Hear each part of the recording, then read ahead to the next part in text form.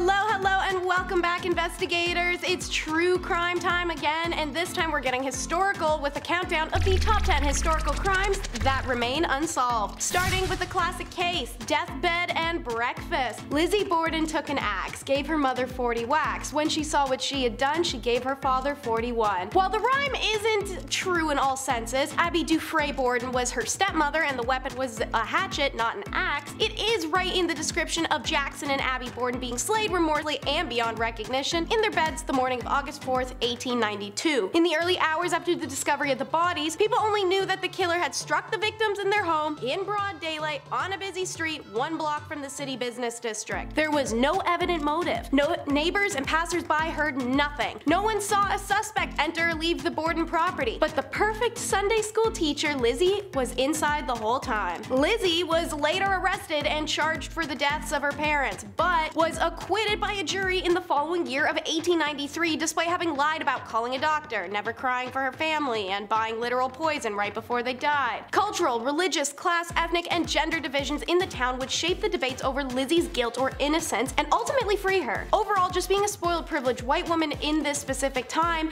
played a role in letting Borden, the definitive killer of her parents, go free. And into the pit of bones we now go. National Geographic calls it the world's oldest M-word mystery, and it's safe to say that this killing is one that will never be solved. The victim was discovered in eerily named Pit of Bones in Spain. It's a fascinating archaeological site even without the discovery of an ancient killing. Researchers have found it's the final resting place for around 28 individuals who were somewhere between Neanderthals and modern humans. It's one of those finds that makes the scientific community foam at the mouth, and it turns out criminologists would probably now like this one too, because the victim had been laying exactly where he was thrown for a shocking 430,000 years. So how can we tell this just wasn't another burial? The others were of different ages, showing signs of conditions that would make daily life impossible without a caregiver, and most were actually, properly buried. The fact that the mysterious victim's wounds never started to heal made it clear no one ever wanted them to be discovered. The killing blow caused 2 identical mirror skull fractures, something anthropologists, crime or hysterical status otherwise, can agree is a common result of blunt force trauma. The body was then thrown down 43 feet into a cave to rest for thousands of years. A bit more recent history is a fear of water. On November 29th, 1981, around 7:30 a.m., actress Natalie Wood's body is found floating face down in the Pacific Ocean, about 200 yards offshore. She'd been one of Hollywood's recognizable names and faces. You may recognize her from airings of Miracle on 34th Street each holiday season. Eerily, Woods' mother had taken Natalie to a fortune teller for fun as a child. Wasn't so fun because she told Natalie that she would die by drowning one day. It inspires paralyzing fear in her as a child. She's afraid to even wash her hair and had reoccurring nightmares. Then Christopher Walken one day joins Natalie and her husband Robert Wagner and Dennis DeVerne on a yacht weekend. The group left in the afternoon on November 27, 1981, and Robert berates Natalie all evening. On the 28th, after a dinner and lots of drinking with Walken, the two reboard the dinghy at 10 p.m. Witnesses from a nearby boat claim they heard shouts at midnight. However, there's a party going on nearby. They thought it was from the party and they didn't intervene. One of the witnesses, John Payne, said he heard a woman scream, "Help me! Someone help me!" coming from the stern of Wood's yacht. But then he thought he heard a man's voice say, "Okay, honey, we'll come get you." But the tone was so mocking, he thought it came from the party. According to Wagner, there was a non-violent argument that broke out between him and Walken over politics. Woods was bored with it and went to bed, and Wagner didn't realize she was missing until he went to kiss her goodnight at 1:30 a.m. The Coast Guard's alerted, and Wood is found floating 6 hours later, about a mile away from the yacht and the dinghy not too far from her. Angeles County coroner ruled her cause of death as accidental drowning and hypothermia. Woods' sister Lana expressed doubts about this being accidental, as have many, and it remains unsolved. Watch your step or you'll be looking like him, the GRAUBALLE Bogman. The remains of the GRAUBALLE Bogman were discovered by a peat cutter working in the bogs in 1952.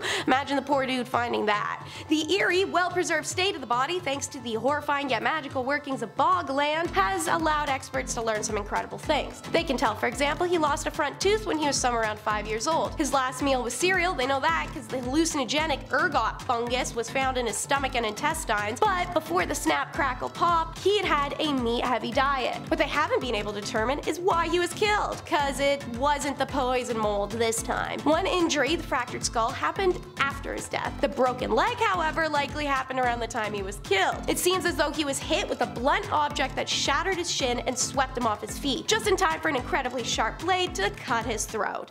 Whomever had done it had grabbed him from behind, Ramesses III style, and cut so deep it went to his spine. The GRAUBALLE man died somewhere between 400 and 200 BC, and all signs point to him being perfectly ordinary Iron Age farmer, someone's papa or neighbor. Who wanted him dead and why? Next up is two samurai with one stone. Sakamoto Ryoma is a iconic Japanese figure, best remembered as the man who brokered the peace deal between the warring provinces of Satsuma and Chosu so as to conquer the shogunate. Yet as Ryoma's influence grew, so did his enemies, and on December 10th, 1867, just a month after the restoration of imperial power, he, alongside his ex-sumo wrestler bodyguard and fellow samurai Nakaoka Shintaro, are killed. The bodyguard was the first to be slain after answering the door to a guest who wished to see Ryoma, who from upstairs hears this scuffle, opens his door to shout down at his bodyguard to knock it off because he thought he was wrestling with a friend. Instead, Ryoma is charged at. A confused melee ensues as lamps are knocked over and the room became dark. Ryoma is beyond injured, missing limbs and parts of his forehead, and he dies later that night, regretting with his last words that his killers caught him unprepared. Shintaro survives only to succumb to injuries 2 days later, never regaining enough consciousness to identify assassins, but mentioning hearing a specific dialect amongst the killers. The night of the killing was eventually called the Omiya Incident. The professional killers were never discovered or distinguished, yet they are presumably individuals from a master shogun bunch. Ryoma is still venerated as one of Japan's most noteworthy and most regarded legends. Now we ask ourselves, what happened to Walter? Ain't no way this wasn't a crime. Okay, I'm just saying that for everyone familiar with this case now, thanks to Clint Eastwood and Angelina Jolie tearing it up on the big screen with the 2008 film Changeling. Single mom Christine Collins reported her 9-year-old son Walter missing in March of 1928 from their home in Los Angeles. 5 months later, police brought Walter back to Christine, except it wasn't Walter and Christine knew it was some stupid little placebo punk kid with a badass attitude. But the LA police dismissed Christine's concerns. She's a single mom in the 1920s, working and living on her own without a man. Culturally, that was her tombstone, and the police went so as far as to accuse her of being a terrible mother and having her committed to a mental hospital. The fake Walter Collins obviously outs the fact that he's a fake. He's 9. How the hell does he know to keep a police secret? The real Walter Collins was never found, and over time, authorities came to believe he was one of the victims of convicted killer Gordon Stewart Northcott, with Northcott's mother even making a confession for Walter's death on her son's behalf. Whatever happened to Walter Collins, his body was never found, and no one actually learned what really happened, nor has it been explained why the police were so invested in covering up the boy's disappearance instead of just trying to find him. Hey guys, can you move that coffin real quick? I need to put a subway here. Thanks. 2,500-year mystery, hot off the press of 2020, past and present collided in a very literal way when a 2,500-year-old killing victim was uncovered during an archaeological dig preceding the installation of a high-speed rail line in London.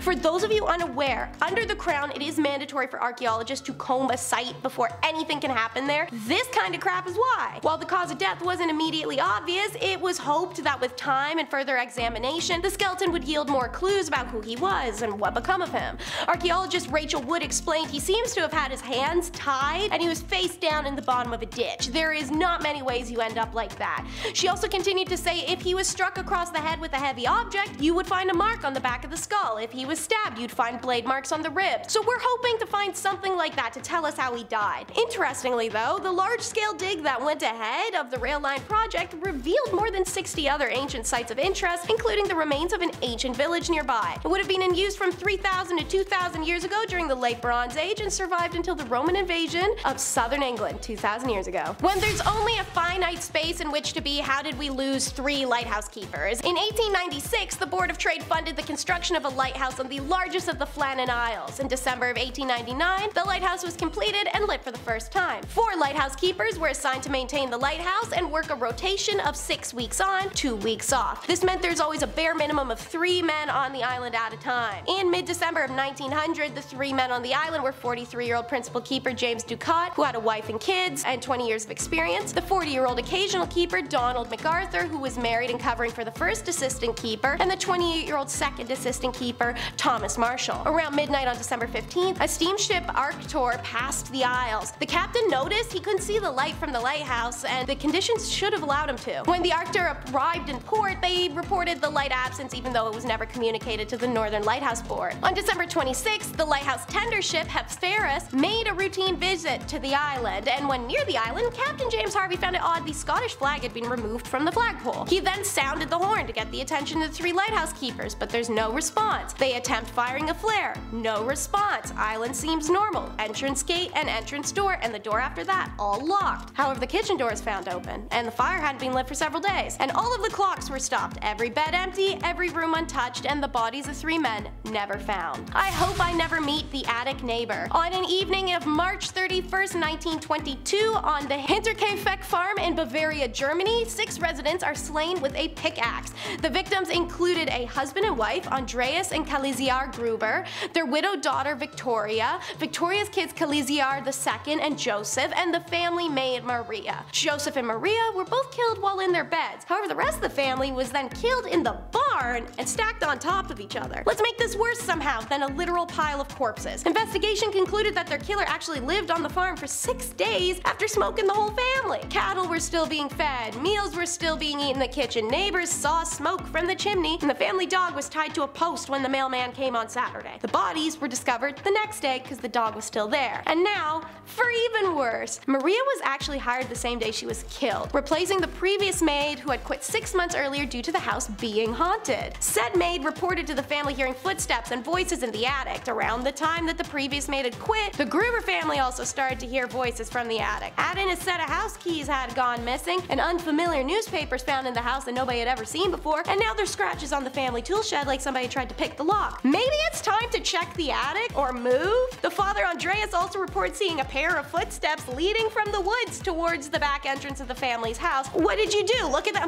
Damn, that's crazy. Off to go get killed, I guess. What? Despite repeat arrests, nobody has ever been found, and the files were closed in 1955. The house was also demolished. And last but not least, a puzzling puzzle. In 2011, a mass grave was discovered in southern Poland, dating back 5,000 years, and contained the bones of 15 people, including women, young adults, and only 1 man. The DNA testing shows us that the 15 bodies in total are actually related and belonging to the globular amphora culture, which emerged in Central Europe around 3400 to 2800 BC. Polish experts suggested that the people were executed during a ritual ceremony since the remains were found lying close together, bodies and limbs overlapping, implying a consecutive, if not simultaneous, ending for all in, well, the pile. Sorry. While we might be shocked at such a dark discovery, the scientists called the find an intriguing scene. This is not just because they're a bunch of tasteless nerds, but because mysteries like these allow them to test their skills, bringing together several disciplines, including forensic archaeology, criminal anthropology, and the genome-wide analysis. And archaeologists can use this technology to better understand not only how this group lived, but also how and why they died. The archaeologists so far concluded that they may have been killed during a time of dwindling food stocks, which would explain why only women, elders, and young adults were found in the sacrificial pit. Artistic reconstructions of this mass grave found in Poland illustrate entwined mass of bodies, along with an analysis of their kinship relations. Evidently, these individuals were buried by people who knew them well and who carefully placed them in the grave according to familiar relationship. Thank you so much. I hope you enjoyed. Be sure to like and subscribe, and look over your shoulder out there, guys. People are crazy these days.